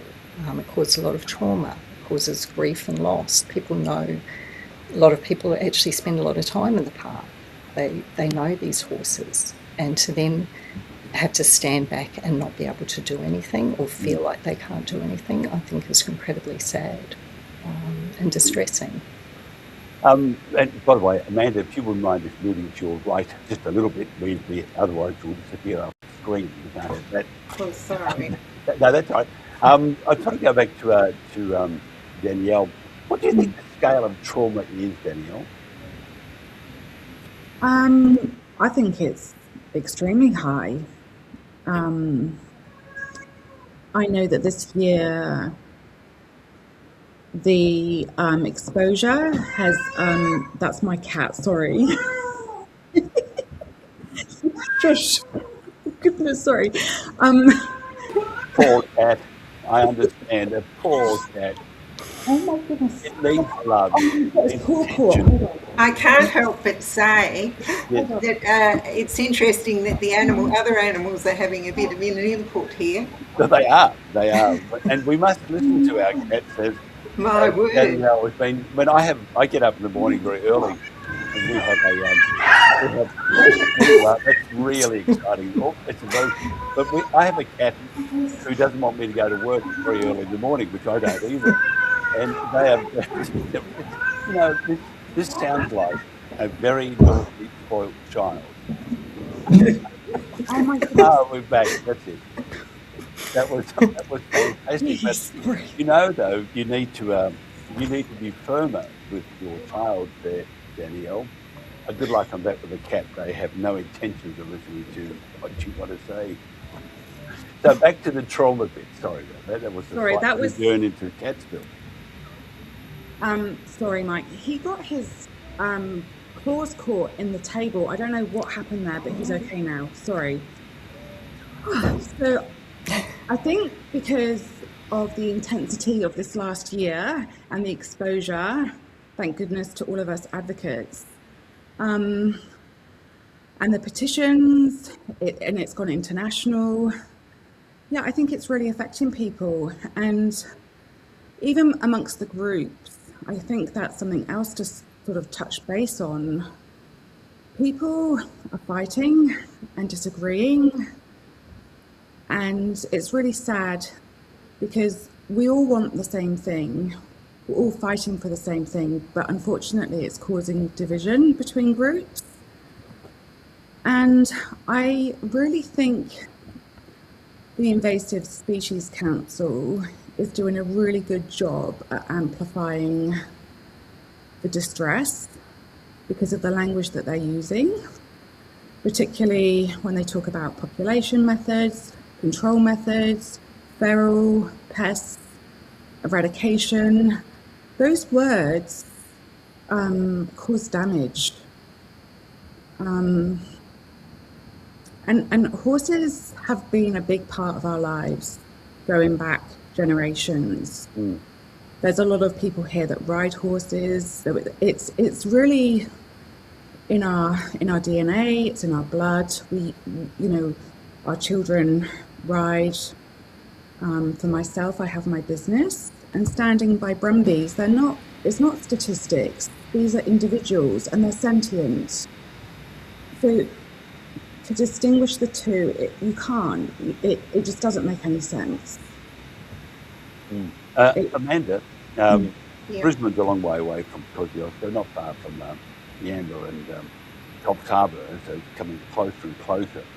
And as far as we know at the moment, the Brumbies are pretty safe in Queensland. However, the government's been revert back to the old-fashioned means of control, which is kill, kill, kill. But looking at the what's happening to the Kosciuszko National Park and the Brumbies, my wife described it when she popped over a stream on one of our broadcasts, said it was devoid of life, and no birds, no nothing. It was like walking into a Stephen King novel. Tell me, what's the feedback from your members and your friends and just you know, family, friends and those concerned? Is the feedback to a point of almost despair, because no matter what you do, you have this intrusion upon goodness? Look, I think that for a lot of people, they see we're continuously exposed to global atrocities, environmental disasters, then we have issues around our economy, healthcare, housing and aged care. And I think add on another layer of this unwarranted carnage to top it off. I think during these difficult times, for many people, despite experiencing a secondary distress, they go into that self-preservation mode and an inward focus. They just don't seem to have the emotional capacity to be involved. And it's got to be said that I have found that people will, you know, appear to be very empathetic to the cause and acknowledge that it is absolutely dreadful. But there are other factors around, you know, that people are fearful about speaking up. They often feel they'll be ostracised or there'll be negative consequences for them. dare say that, as we know, there are people who view brumbies as pests, and this is often due to a lack of education and not having that exposure to recognise what incredible creatures horses are, particularly brumbies, and their contribution not only to humanity but to the role they play within our ecosystems. I think, you know, also amongst the people that I've spoken to, they're feeling that, you know, as Danielle said, there's a lot of divided emotions that are running particularly high, and this we often see out of character behaviours. And I just think that overall, yeah, people are very angry, and you know, they particularly seeing that there's other alternatives. There's so many options out there, and yet the government have just rushed in and taken a very easy option, and you know, it's an insidious option, and I think people are very angry about that. And sorry, I just quickly want to say that I think so. People are very angry because the government's not listening at a grassroots level. And we're seeing, you know, they're difficult. The communication is it's very difficult to communicate with these people. We're seeing censorship and very unhelpful generic responses when the community members are trying to address their concerns.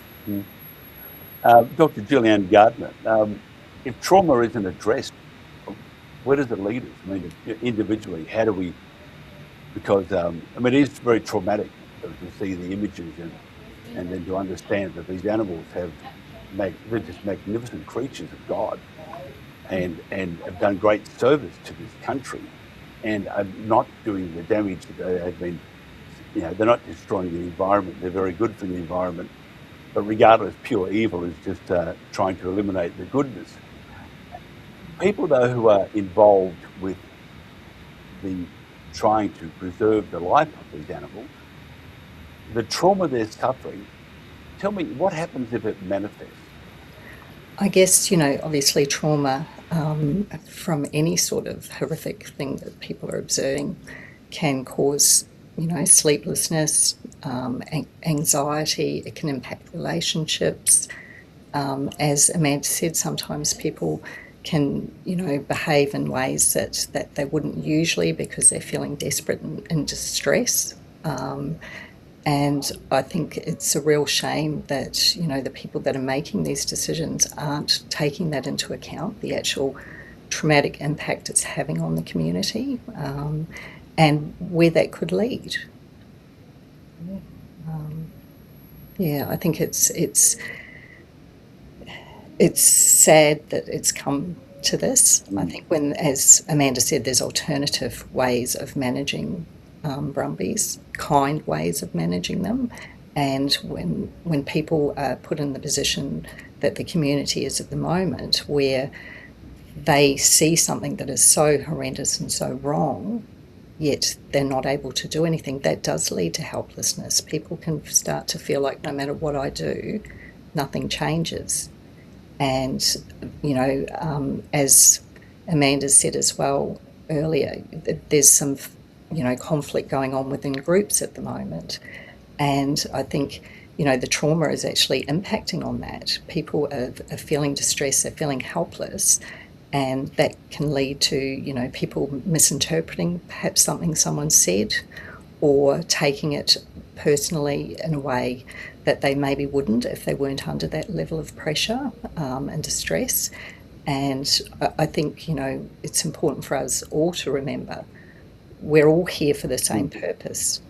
We want these horses to survive. They deserve to live. And, you know, that's our, I guess, the key message. And if people feel like, you know, that there's too much conflict and that things, you know, there's infighting going on, that can cause people to step back for fear of, perhaps saying something that someone else might get upset about. And I think, that would be a real shame, because we need everybody's voice on this issue. We need everybody standing up and saying to our government, this is wrong, this is not okay. Yep, I totally agree. And we get interesting correspondence from people. We have certain people on, and they don't like it, and I think, well, we're not going to. We're trying to remain neutral. Jennifer's and my wife concerning the horses. They don't give a rat's about the other politics, because we need to make sure that we achieve what we're aiming to do. And I do believe, by the way, that everybody is coming from a good place. I think it's part of the trauma, and I think we can just sort of let that drop a bit, and we would find that we would achieve more, because that's what they want. And if you go back to the COVID days, government tried everything it could to put a division between those that did and those that didn't. And I was told I would be, I would die still here pretty healthy, except for my not wanting to get up so early. But and the cat keeps reminding me not to do that. But I'm just thinking we need to really collectively be a group. And the next thing is also to be able to expand our horizons. We need to get to those who aren't the ones who are preached to, out to the general populace, because I think legacy media, which they did with COVID and other issues, you don't tell the full story. And, there's a reason for that. They need to push through certain things, and all people need to do is talk. I got this email, a note from, her name was Susan Farmer, and this is for you, Danielle. She says, over here in the United States, we have wild horses everywhere, and people now give the mares birth control medicine to keep them from having foals. You could do that with your mares in the hurt horses stallions, and you can neuter them. That would also solve your problem. You don't need to kill the horses. Put them up for adoption. Sell them to the people that will give them loving homes.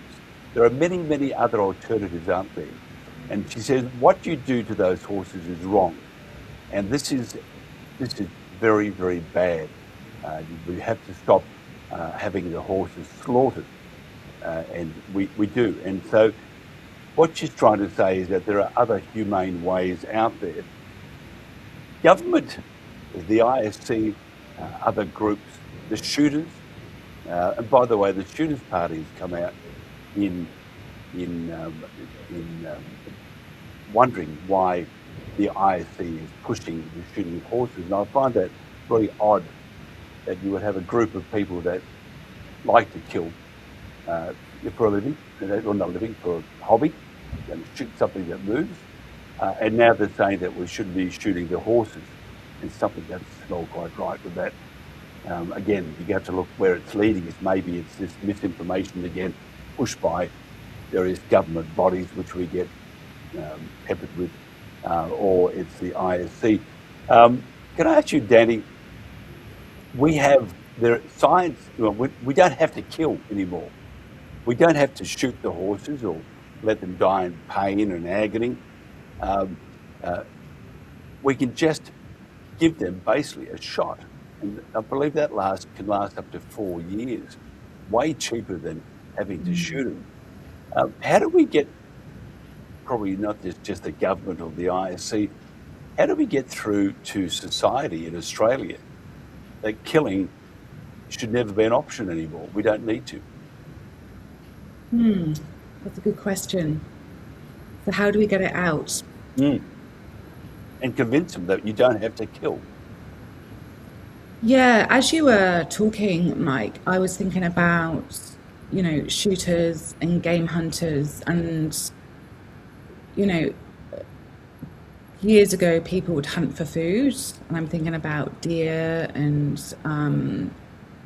in America they would have shot buffalo and all sorts of things. But we've never known of hunters shooting horses to eat them. So, it comes to my mind that there's a big distinction here that we don't do that. I think because the government has kept it so quiet, and just people don't know. So it comes down to educating people and getting the word out.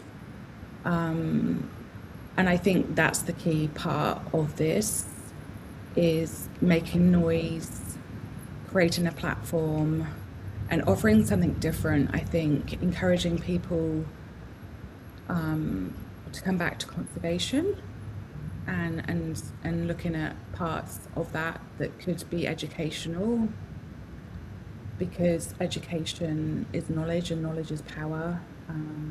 I think we need to change the story, the narrative, and come back to how can we support the environment and make this work.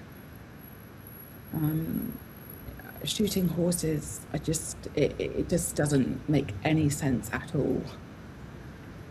So those are my thoughts, really, I think, on And this. I mentioned that because I'm getting some emails from people saying that there aren't enough horses. I know that. But the first thing they do is kill. So we have an alternative now. We don't have to kill. The next thing is, to those people writing into me, that there aren't enough horses anyway. They're not, to say that they're creating the environmental disaster as they're purporting to is just absolute horseshit. So, Amanda, it's all very well saying that, and that was from that person in the States, that you don't need to kill them. You can ascertain that killing is never a resort. The next thing is not enough horses there anyway. So what they're wanting to do is just get rid of the whole lot of them, like they have in the Bylong High Plains in Victoria. Tell me your thoughts on that. Why you think they want to get rid of? Because if you look at horses around the world, they are under attack. In the UK, it's by Natural England, which is very much like the ISC. The difference is Natural England has said, we're not going to knock any of these, say, the Dartmoor Hill ponies on the head. They can live there forever and a day. They've been there for thousands of years. Then we have over here the Brumbies. Now, Australia's a very new country. The Brumbies have been in the Kosciuszko National Park, for example, for 200 years.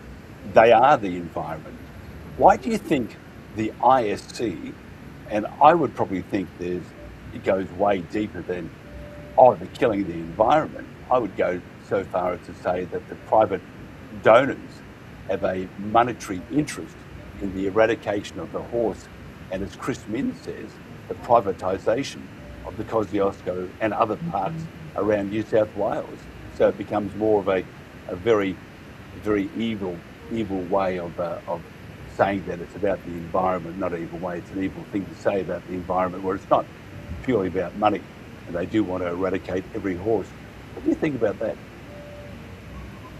Well, that is a good question, and that's why I've become involved with the campaign. Why? There's the issue around carbon credits and money, perhaps. I just feel that they have rushed into this. I mean, they just don't seem to embrace any kind of alternative. And this is what's making people so angry and distressed, that they will not look at the alternatives. And as we know, there are lots of other alternatives.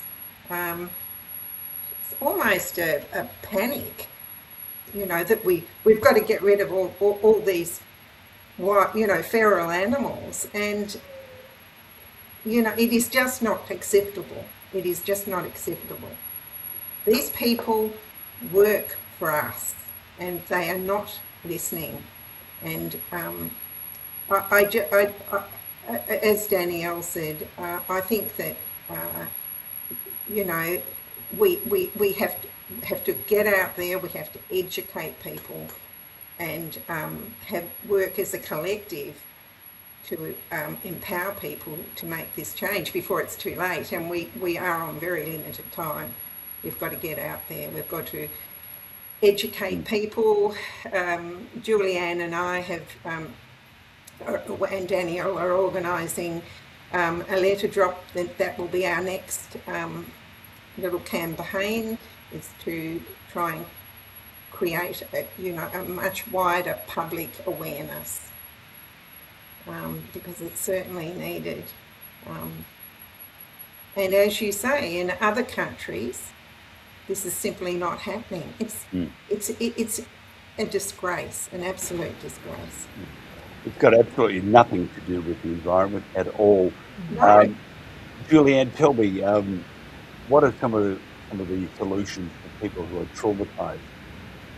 I think, it's about reaching out for help if people feel like they're struggling with the situation that's occurring. Not being afraid to let people know, hey, I am struggling with this, and getting support that they need.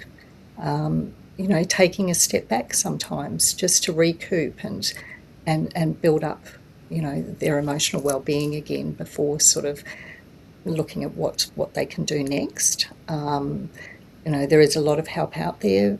There's, I've found people who are in the Brumby community, wonderful. People are obviously very distressed about what's happening, but we're here to support each other. And if things get too hard, I think it's about being able to see someone if you need to see someone as well to talk about this, because what's happening, I don't believe, is we're reacting to something that feels morally wrong, and that can cause a lot of distress for people. Certainly does for me. I've got horses. I go down. I hug my horses, and I think, thank goodness, they're here with me. They're not in the park, and I think it's affecting people a lot. But there is support and help out there for people as well. Now, as we're going to wrap this up very shortly, we just lost someone. We've lost Danielle. Danielle will come back shortly, I would like to think. Danielle, come back. The cat has got Danielle, so we'll come back. She's taken her away and eaten her. So I'll ask Amanda then. Amanda, out of all this, where are the political parties? Where is I see the One Nation. I have not seen anything from them at all. The LNP had a slight foray into this with Angus, but Angus Taylor has disappeared. How do we get to the politicians? How do we make them, who are our representatives, how do we make them accountable for sitting on their big fat backsides and doing nothing? And how do we make them do something? What would you suggest? Again, a good question. I believe that part of the problem is that there comes a time when their capacity to speak up about these issues is censored by other party members, perhaps. I don't know. I just think that we just have to keep going. We have to keep working on this, having rallies, educating people, moving that, collective up. People, it's really important that people keep signing petitions, that we have rallies, anything that we can think that any kind of strategy that's going to help the cause. I think that is very helpful for people that are struggling too, because it's proactive. Yes, it is time consuming, but I think we've just got to keep going with this. I think we also need to promote what is happening globally, as we've seen, that is happening to some extent. Just really having a voice, keeping that voice going, and also educating people, as you say, that this doesn't have to happen in maintaining conservation and the environment. I mean, we only have to look at some of the models overseas and the rewilding programs that are happening. Everybody can work together, and I think it's really important that we do work together, that we educate people around the Brumbies, but also conservation. And someone made that point at our rally, that, you know, why can't we allocate a special reserved area for these beautiful creatures and, you know, have an educational system of covering the heritage and the, you know, the information about Brumbies, in addition to the environment and all the other species that live in that area. We are going to wrap it up because people have a life to lead. Yeah. Just quickly to wrap this up, and I'll get each of your opinion where to from now, but I think petitions are hopeless. I think we need to do an individual approach to the politicians, so they understand that we are very, very upset at what's happening, and this is not how, as a country, we should act. First of all, Danielle, I'm glad the cat didn't eat you. You disappeared before, so obviously the cat, which is your pet Bengal tiger, it sounded like it before. 10 of them, by the way. Where to from now? When as we've been saying online and chat and stuff, that petitions, it's nice putting your signature to it, but they're pretty well hopeless. What about the individual approach to your politicians? And secondly, where to from now? I would love for there to be public consultation across all domains. People that live in the mountains, that have grown up with the Brumbies, they are vitally important to this problem, well, the problem of the culling. And I don't understand why that hasn't been happening. I know they do that up here in Queensland. There's something called a social licence, which is where the community are involved and they agree on a management plan. So that's where my thoughts are, and I don't understand why we can't be inclusive and stop this division, because that's ultimately where the problem is. We're not being included, we're not being heard, and we're being silenced. So that's where my thoughts are currently. Julianne, what do you think? Where to from now? Yeah, I think it's important for people to continue writing letters to politicians, getting the message across that, you know, we feel this is not right. There are alternatives. Speaking out, you know, rallies, and as Danny said, I think it's really important that there's inclusion here and community consultation. People that live in the area where the Brumbies are, they know these horses intimately. You know, they're the best placed people to be able to say, you know, what's happening here is not right. And, you know, I think we need the government to stop and take a step back and go, is there a better way? Because we know there is alternatives. And yeah, it's, I think, you know, continuing to do, as Amanda said, we're looking at doing a letter drop. I think a big part of the problem is people don't know what's happening. This is all kept very quiet often. And then all of a sudden, you know, we're told, and I think it's about getting the message across to the, you know, to our communities outside of New South Wales, that, you know, this is happening and we need people to stand up and say this is wrong. You think maybe, and just before I have the final word from Amanda, do you think maybe that it would be more effective if we all went to the offices of the politicians? Because you write to a politician, one time out of 1 million they'll open and read it. Generally it goes into the bin.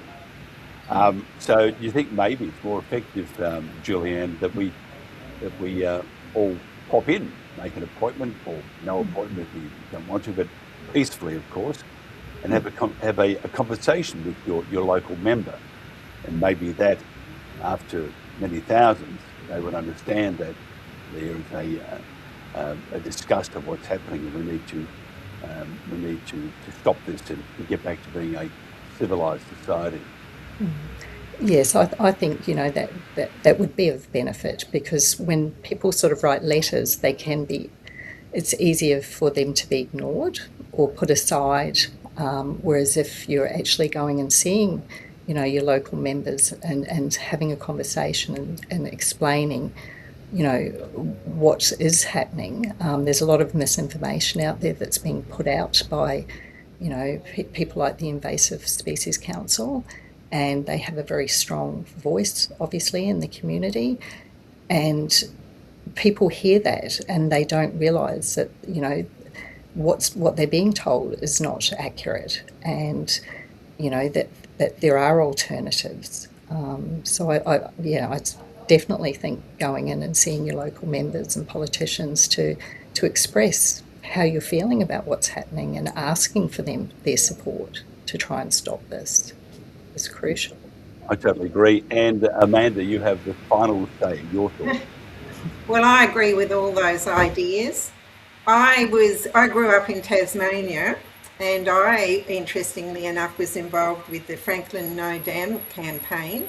And if you remember that, it was just all working together to find a solution, and we had a very positive outcome. And I think we've got to just work together and take it, on board what environmentalists have to say, and have a win-win situation. And thank you. Yeah, I want to thank you all for being part of the panel. I think it's incredibly important that we have this conversation. As for the divisions with some groups, it'll pass. I mean, I think we have all very good people that want to do very good, except for that one fake site, which I won't mention because it gives it some air, but there's a fake site that is pretending to be another action group, which is just absolutely terrible to say the least. Danielle, thank you so much for your time. This time we didn't burst out crying, almost did. Most made you cry. Look at you, and I want to cry. You've got such a beautiful face. Thank you. Amanda Martin, thank you for joining us. This is, by the way, our final Country Telegraph. Next week will become the Pulse, and we'll be doing many, many, many more programs regarding the Brumbies and other important aspects of Australian life. And Dr. Julianne Gardner, thank you so much. You go and give your horses a gigantic hug from each of us, and a big sloppy kiss from me. To the I will. To the Thank horse. you. Thank you so much for your time. God bless you all. Have a great weekend. This is the Country Telegraph.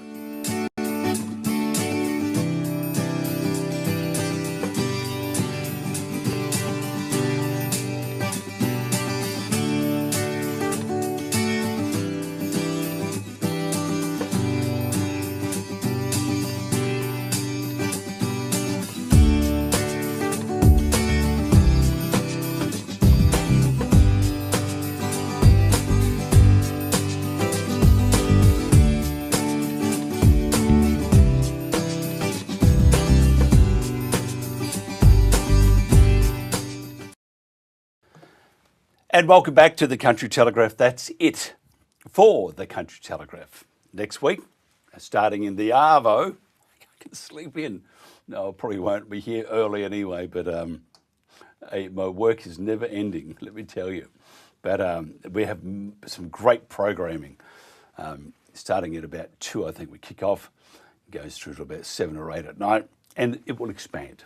It will expand. We'll have a lot of shows about Brumbies. We're going to make sure that we keep the good fight. Also about the farmers, but also about other issues around Australia. I have a huge question about some of the political parties and some that are doing very, very well. To me, it doesn't sound right. So until next Tuesday, because we're working very hard, Cam is rolling up his sleeves. Jen's rolling up her sleeves. My wife is rolling up her sleeves. The cats are too, by the way. I'm rolling up my sleeves. Look, no, I won't show you. They're still down. I've got to tell you, have a great weekend. May the Saints win. We're not going to make the finals. We only spent $58 trillion on players and they all get injured. It's fantastic. Come to St Kilda. Get paid for doing nothing, except getting fixed anyway. Go the Sainters. Have a great weekend too. This is and has been the Country Telegraph.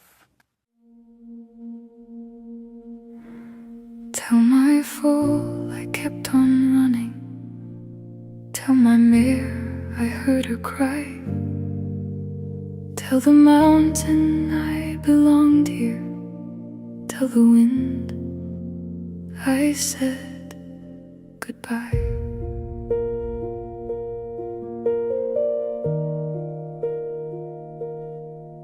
Brumby hoofprints etched for generations in the snow. I've watched the foals become the mares, the stallions old and slow. Here in the snowy mountains where my life began, across hills, ridges and open plains my fellow Brumbies ran. I've led them through winter storms, drought and summer rain, but I can't outrun what follows now. Shield my family from this pain. My ancestors crossed the oceans, but I was born upon this land. These mountains are my birthplace, the Snowies are my clan. These mountains hold our memories, our family history. If home is where you're raised, then this is where we should be. Tell my foal I kept on running. Tell my mare I heard her cry. Tell the mountain I belonged here. Tell the wind I said goodbye.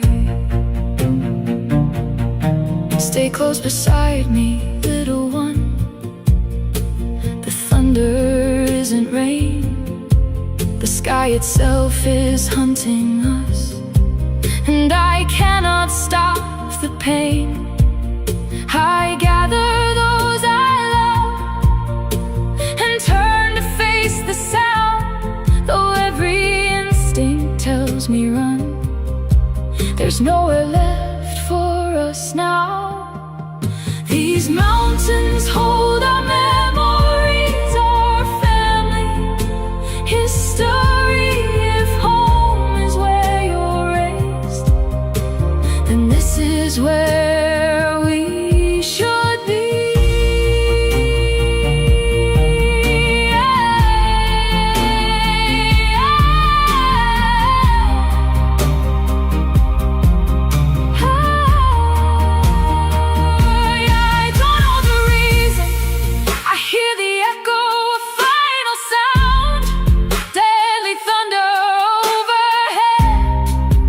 I fall upon the ground, thunder again and again. My heart grows quiet as bullets rain. I thought I had more seasons, more rivers left to roam, more sunrises with my Kosciuszko clan before the mountains called me home. Tell them I was born here, my grandfathers fought their wars. Remind them that this was our home. The snowy mountains were ours. Tell my foal I knew her fear. Tell my mare I heard her call. Tell my foal I tried to save them. Tell the wind how Brumbies fall. Tell my foal I kept on running. Tell my mare I heard her cry. Tell the mountain I belonged here. Tell the wind